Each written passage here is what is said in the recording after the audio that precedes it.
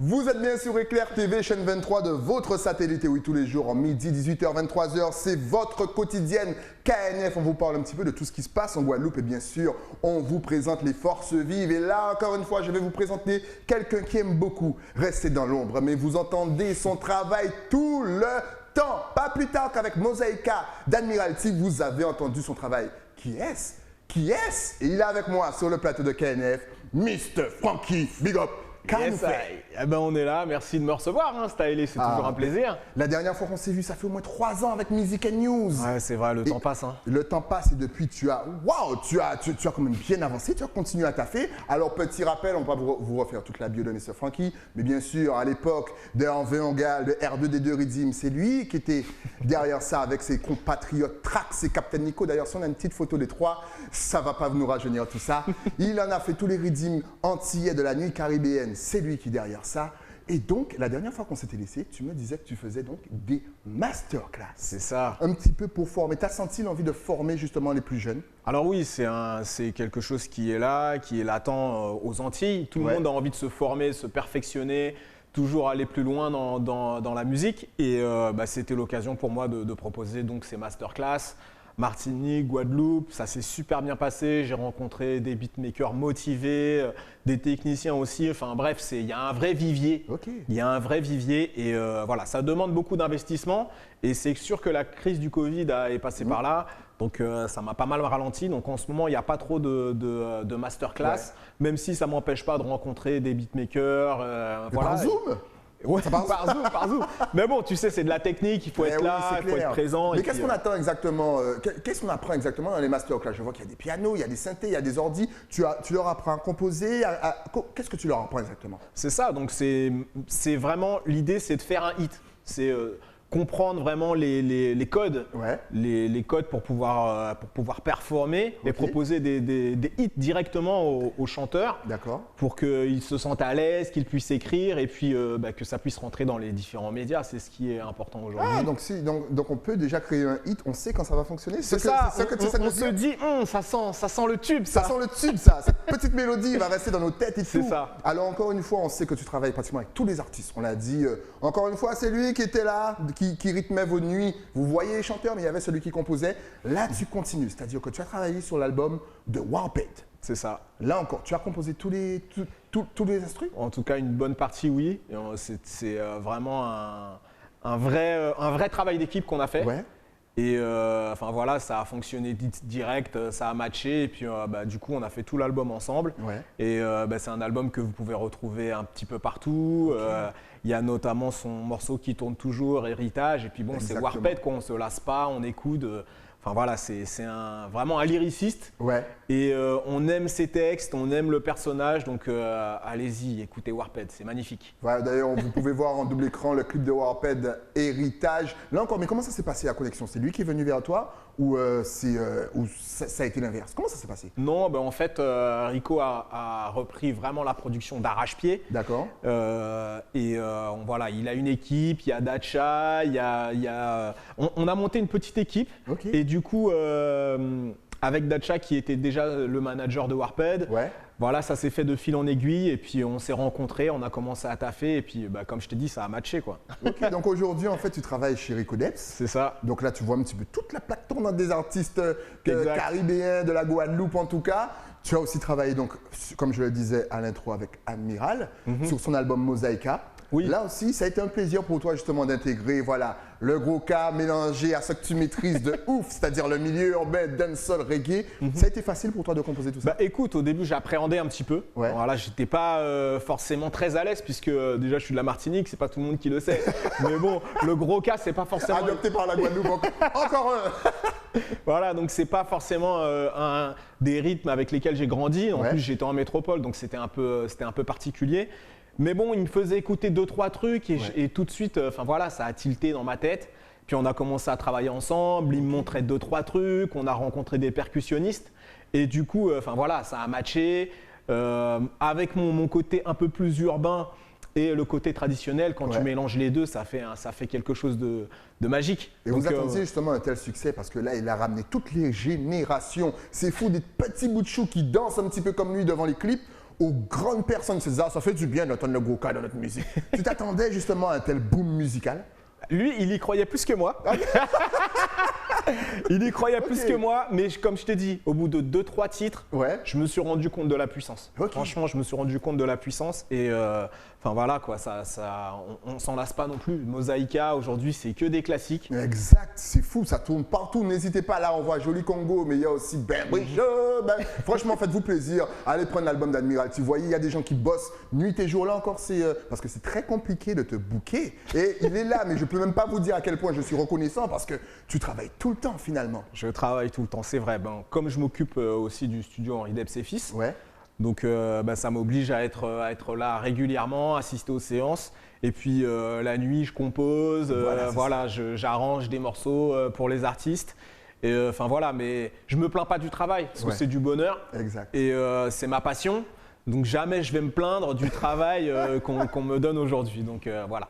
Tu as travaillé aussi avec Drexy qui va bientôt sortir son album, si je ne me trompe pas. Là encore, la connexion, elle s'est faite comment? C'est le manager qui est venu te voir ou naturellement ton nom il tourne? On se dit, bon, on veut un bon travail, un travail propre. Il faut qu'on aille voir Mr. Franky. C'est ça? Voilà, non, ça s'est fait, encore une fois, c'est le même vivier. Hein, donc, c'est les amis de Warped. Donc voilà, on s'est croisés au studio et on a commencé également à travailler ensemble. Et comme il aime dire, c'est lunaire. Enfin voilà, notre connexion, elle s'est faite vraiment… ça a été vraiment tout de suite, ça a matché. Il me faisait écouter ses morceaux, je lui proposais des trucs.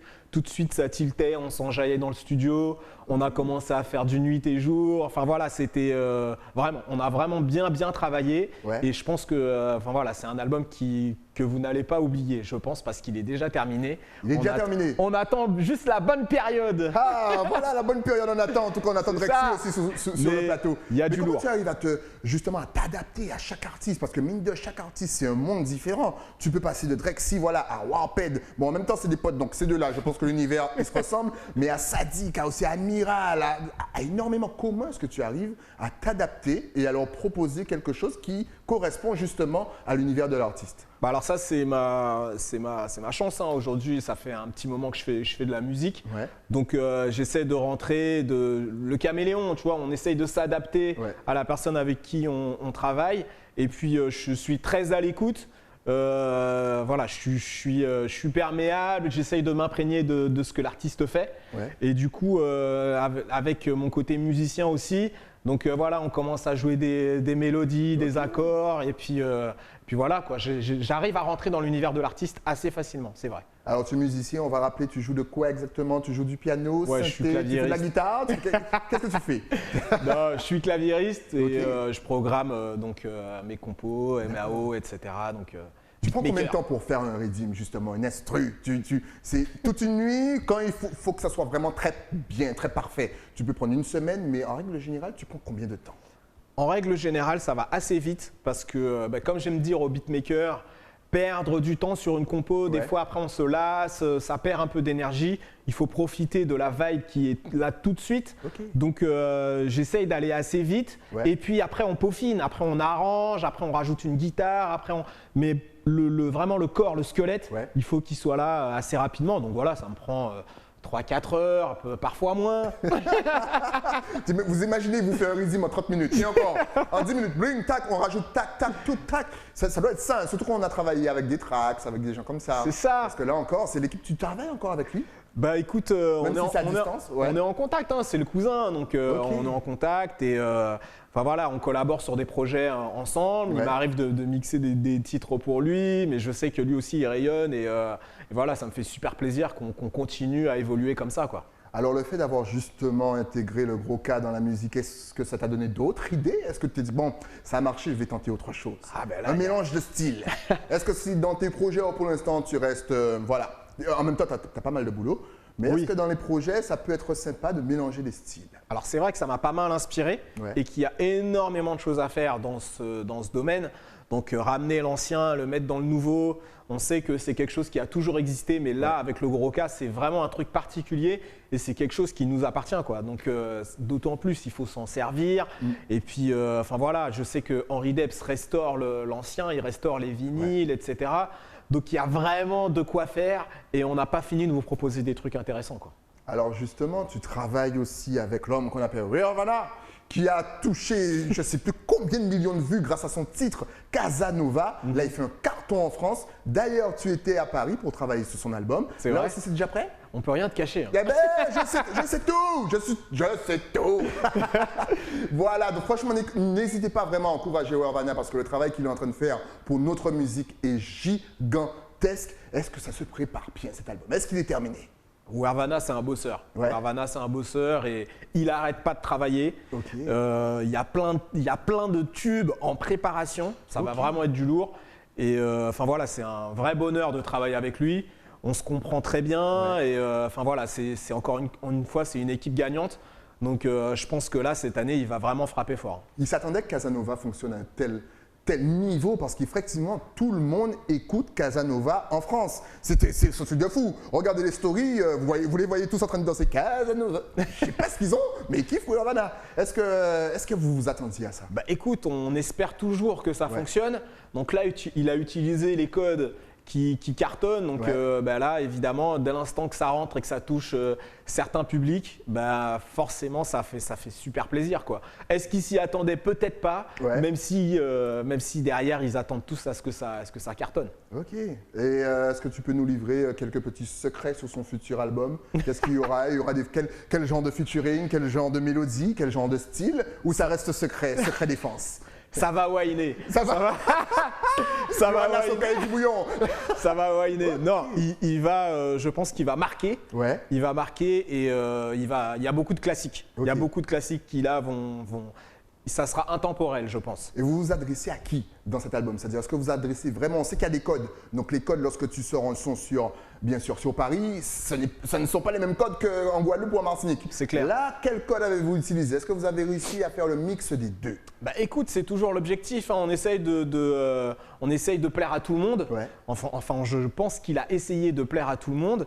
Et je pense que ça va plaire ici et là-bas. Tu vois, Casanova, on ne sait pas, ça plaît ici, ça plaît là-bas et on ne se lasse pas du morceau. Je l'entends dans les médias ici, ça tourne. Exact. Donc voilà, tous les prochains titres, ça va être à peu près le même délire. On essaie de plaire ici, de plaire là-bas. Et puis là-bas, ils aiment la musique d'ici. Ouais. Donc tu vois, on joue sur les deux tableaux et vraiment là, il y a quelque chose d'universel qui se crée. Et enfin voilà, on écoute les musiques de là-bas, ça tourne ici. Enfin voilà, le zouk rentre partout, le dancehall joue partout. On les entend dans les musiques africaines, dans les musiques. Enfin voilà, donc on rentre dans une universalité de la musique. Et voilà, là, on va entendre du Warvana ces prochains. Mais est-ce que nos artistes, justement, ont la place pour ça? C'est-à-dire qu'on a l'impression que c'est toujours un par un. Tu vois, ça a été un moment admiral. Après Kalash est arrivé, après Meryl est arrivé. Là, peut-être que Warvana va arriver, sans oublier, bien sûr, Jayana et Bambi qui ont fait le travail. Mais c'est toujours, on a l'impression que voilà, c'est au compte-gouttes, alors que finalement, comme tu le dis si bien, et toi, tu es très bien placé pour le dire, parce que tu as travaillé plus de 20 ans là-bas, tu composes, tu vois les grands artistes, tu vois comment un petit peu la musique fonctionne. Est-ce que finalement, nos artistes ont la place? Parce que le zouk est partout, la dancehall est partout, mais c'est pas par nous. Donc, qu'est-ce qui nous manque? Ce qui nous manque, en fait, il faut qu'on continue ici à pousser nos artistes. Okay. Parce que soutien du public alors. Sans l'énergie du public, là-bas, ils ne perçoivent pas, ou en tout cas, on rentre comme une goutte d'eau dans l'océan. Donc, ce qu'il faut, c'est vraiment les pousser. Warvana a été poussé par son public. Et tu vois, aujourd'hui, quand il arrive là-bas, il y a toute une communauté derrière lui qui est là pour le soutenir. Quand je vois, il poste des trucs, il y a plein de j'aime. Donc voilà, c'est ce qu'il faut faire, c'est encourager les artistes pour que là-bas, ils puissent s'imposer. Et parfois, on délaisse un peu les autres, ceux qui sont derrière. Et il faut les pousser, il faut les booster, il faut les encourager parce que là-bas, quand ils arrivent, ben voilà, ils se rendent compte que il y a tout ça de vues, il y a des millions de vues, il y a des millions de j'aime. Donc tout de suite, ça rayonne un peu plus. Donc voilà, il faut les booster. En plus, aujourd'hui, il n'y a pas les prestats, il n'y a pas tout ça. Donc c'est compliqué, mais en tout cas, il ne faut pas lâcher. Et l'énergie du public, c'est super important. Vous avez entendu? C'est grâce à vous si nos artistes arrivent à monter. Eh oui, parce que sans vous, eh ben, on n'est personne. Ils vont arriver, ils vont voir qu'il n'y a pas de support, ils vont disparaître. Alors, tu ne fais pas que de la musique pour les albums, tu ne fais pas que de la musique pour nos futures stars, tu fais aussi la BO des films.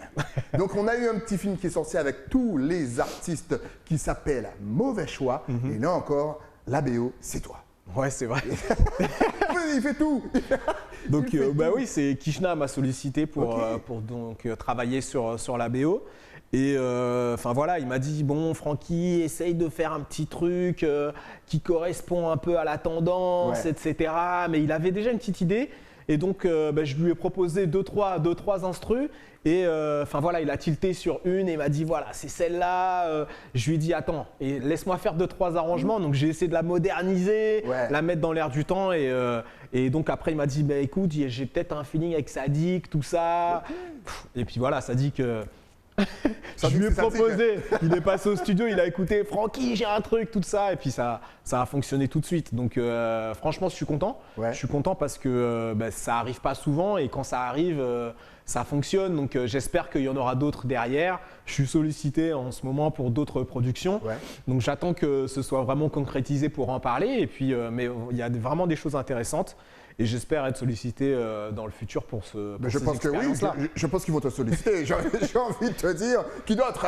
Mais justement, quelle vision tu as sur ça? Parce qu'effectivement, on a énormément de courts-métrages qui arrivent, qui parlent énormément aux jeunes, qui parlent justement, qui racontent vraiment ce que la Guadeloupe vit. Voilà, c'est pas édulcoré. Comment est-ce que tu vois ça? Et est-ce que tu penses que, mine de, après toute cette crise pandémique, il y aura quand même de la place pour nos acteurs, nos réalisateurs et surtout nos compositeurs aussi comme toi dans l'univers du cinéma? Je pense qu'il y a un petit vivier aussi qui est en train de monter en ce moment dans le court-métrage, justement, comme tu es en train de le dire.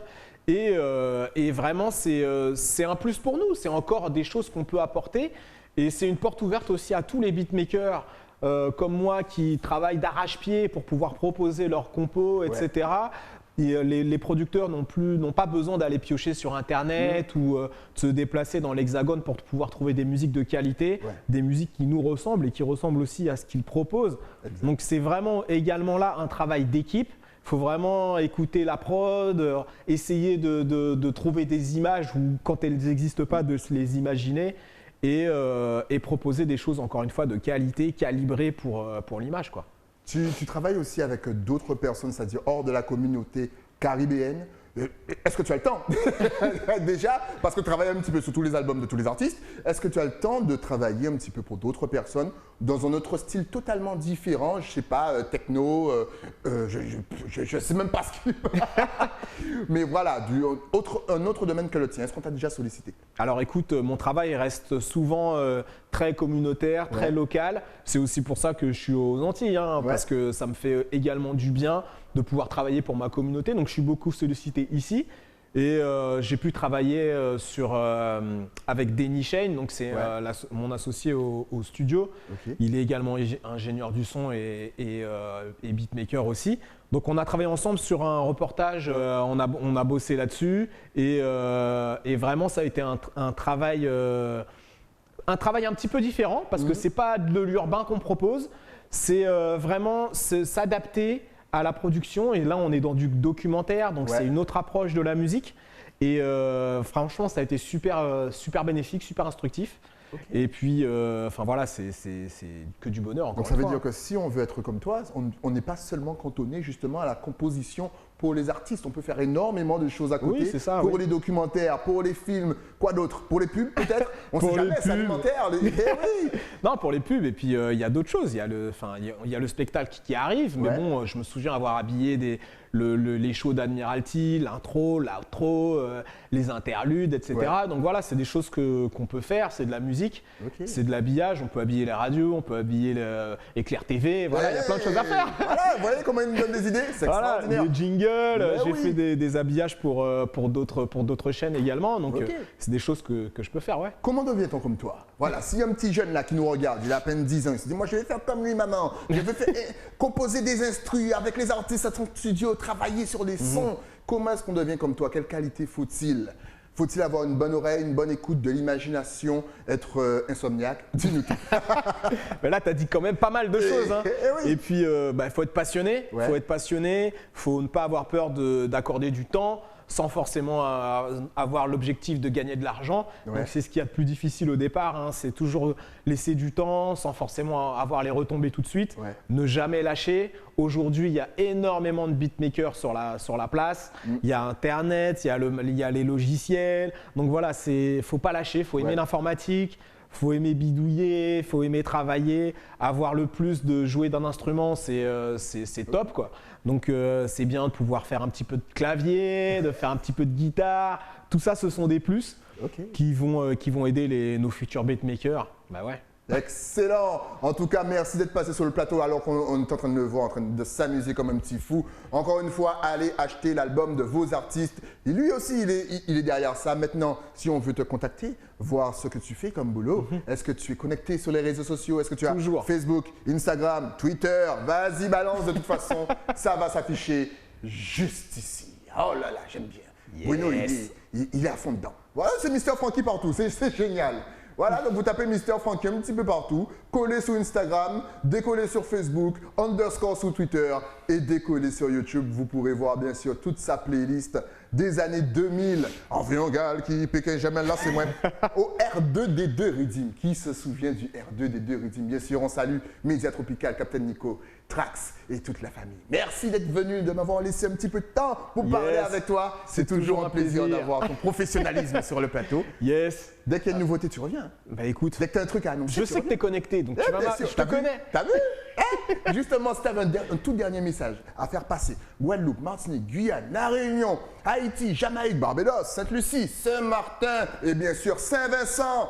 Ta caméra est juste là, c'est la numéro 3. Yes, bah, vous savez qu'on passe une période difficile, donc encouragez nos artistes, cliquez, n'hésitez pas à streamer, c'est important, ça nous fait vivre et bah, on vous attend pour la suite. Yes. Et on t'attend aussi pour la suite. Merci encore, Mr. Franky, d'être passé. Ça marche. Et puis on se revoit très vite.